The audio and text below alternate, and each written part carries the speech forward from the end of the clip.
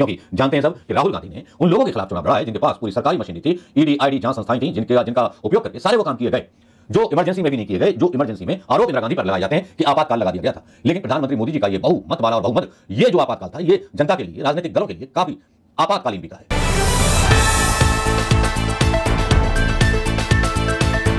दोस्तों नमस्कार, मैं मनोज कुमार शर्मा एक बार फिर आपके बीच में। जहां हरियाणा हाई कोर्ट ने किसानों के मुद्दे पर सिंधु बॉर्डर को खोलने के समर्थन में फैसला दिया है, वहीं दूसरी तरफ सुप्रीम कोर्ट ने जो है एक जोरदार तमाचा मारा है उन लोगों के खिलाफ जो राहुल गांधी के पीछे जनहित याचिकाएं जारी करते रहते हैं। जी हाँ, ये तो आपको पता ही होगा कि राहुल गांधी के खिलाफ जब राहुल गांधी कोई बयान दे देते हैं संघ के बारे में या किसी बारे में, तो विभिन्न स्टेट से जो है मुकदमे दर्ज उनके नाम पर कर दिए जाते हैं, पर्चे फाड़ दिए जाते हैं, सिर्फ इसलिए कि सरकार के संज्ञान में ऐसे वकील आना चाहते हैं जो जनहित याचिका की आड़ में छिप करके कुछ ऐसे इरादे जनता के सामने जाहिर करते हैं लोगों की छवि बदनाम करने के लिए। आज ऐसा ही कुछ खेल सुप्रीम कोर्ट में हुआ, जिस खेल को चीफ जस्टिस समझ गए और उन्होंने याचिका पर वकील को बहुत बुरी तरह से फटकारा। वो वकील कौन था, वो जस्टिस कौन था? चीफ जस्टिस ऑफ इंडिया दीपक चंद्रचूड़ थे या कोई और था? चलिए इसके बारे में बात करेंगे। इन वकील साहब पर 1 लाख रुपए का जुर्माना जनवरी में ही लगाया गया था, जब इन्होंने राहुल गांधी की लोकसभा सदस्यता बहाली का विरोध करने वाली याचिका दी थी और उसको खारिज कर दिया गया था सुप्रीम कोर्ट के द्वारा। मामला क्या है, पूरा मामला समझते हैं। पूरा मामला यह है कि सुप्रीम कोर्ट में कांग्रेस नेता राहुल गांधी की लोकसभा सदस्यता बहाली के चुनौती देने वाली याचिका दायर करने वाले लखनऊ के वकील अशोक पांडे जी को बहुत बड़ी फटकार लगी। कोर्ट ने वकील अशोक पांडे को फटकार लगाते हुए कहा और कोर्ट रूम से बाहर जाने तक को कह दिया। जस्टिस ने मार्शल बुलाकर वकील को बाहर करने की बात तक कह दी। इससे ज्यादा बड़ी बेइज्जती और क्या होगी। कोर्ट ने उन पर लगाए गए जुर्माने को भी वापस लेने से इनकार कर दिया, जो कोर्ट ने उन पर डाला था 1 लाख रुपए का। सुप्रीम कोर्ट ने जनवरी में वकील पांडे की अर्जी को खारिज कर दिया था और उन पर 1 लाख रुपए का भारी जुर्माना लगाया गया था। इसके बाद उन्होंने फिर से अदालत का दरवाजा खटखटाया, जुर्माना वापस लेने का अनुरोध किया। सुप्रीम कोर्ट ने मंगलवार 9 जुलाई को इस मामले की सुनवाई की। इस दौरान जस्टिस गवई, जी हां, सुप्रीम कोर्ट के चीफ जस्टिस मतलब जस्टिस गवई ने न सिर्फ जुर्माना वापस लेने से इनकार कर दिया, बल्कि अशोक पांडे को बुरी तरह से फटकार लगाई।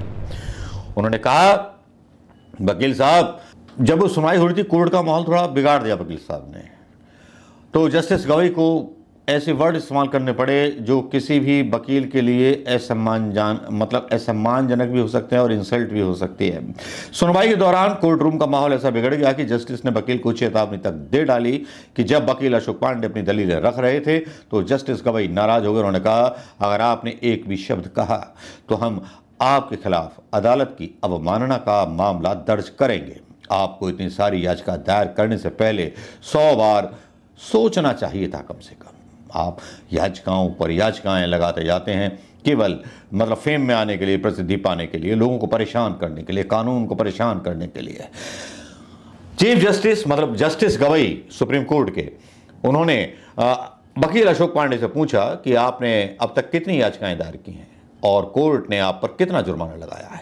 जज साहब के सवाल पर वकील पांडे ने कहा, मैंने 200 जनहित याचिकाएं दायर कर रखी हैं। 200, देखिए ये वकील साहब ने 200 जनहित याचिकाएं दायर कर रखी हैं।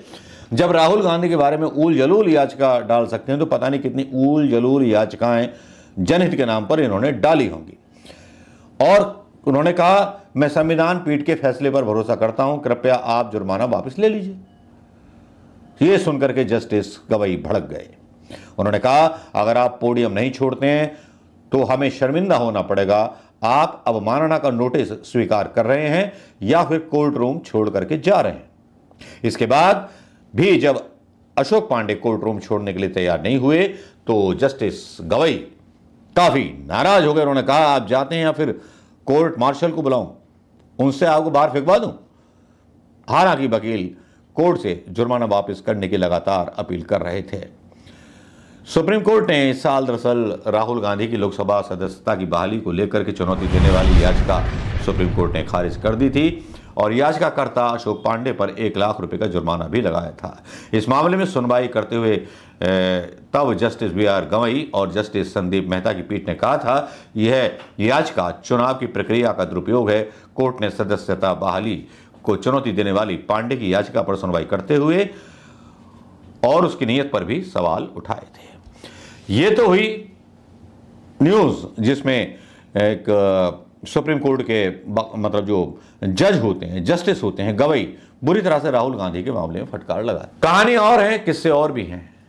भारतीय जनता पार्टी इस वक्त बहुत बैकफुट पे है। जिस तरह से लोकप्रियता राहुल गांधी की बढ़ रही है और जिस तरह से राहुल गांधी सर्वमान्य नेता होते जा रहे हैं, उसमें गोदी मीडिया का भी बस नहीं चल पा रहा। न्यायपालिका को भी राहुल गांधी की उपस्थिति जो है अब नजरअंदाज ना करने की स्थिति आ गई है न्यायपालिका में भी, क्योंकि जानते हैं सब कि राहुल गांधी ने उन लोगों के खिलाफ चुनाव लड़ा है जिनके पास पूरी सरकारी मशीनरी थी, ED ID जांच संस्थाएं थीं, जिनका उपयोग करके सारे वो काम किए गए जो इमरजेंसी में भी नहीं किए गए, जो इमरजेंसी में आरोप इंदिरा गांधी पर लगाए जाते हैं कि आपातकाल लगा दिया गया था। लेकिन प्रधानमंत्री मोदी जी का ये बहुमत वाला और बहुमत ये जो आपातकाल था, ये जनता के लिए, राजनीतिक दलों के लिए काफी आपातकालीन बीता है, जिसमें उन्होंने मनमर्जी से विरोधियों के खिलाफ मुकदमे दर्ज कराए। और एक मामला और आया कि CBI जो ममता बनर्जी थी वहां पर CBI ने सीधा दखल दिया था, तो सुप्रीम कोर्ट ने इस पर भी रोक लगाई है। ये प्रधानमंत्री मोदी को बड़ा झटका है और बीजेपी को बड़े झटके के रूप में देखा जा रहा है। हालांकि अशोक पांडे केवल जो वकील है, केवल एक बैनर है नाम लिया हुआ, लेकिन इसके पीछे कौन लोग थे उनको सबसे बड़ा झटका लगा है, क्योंकि कोई भी वकील जो है अपने कैरियर पर जो है दाग न लेना चाहेगा। 1 लाख जुर्माना, अशोक पांडे से अलग हो गए वो लोग जिन्होंने उन्हें चढ़ाया होगा, लेकिन यहाँ ममता बनर्जी के समर्थन में फैसला है CBI को लेकर, जिसमें कहा गया कि CBI राज्य के मामले में दखल नहीं देगी, CBI हो या CID हो।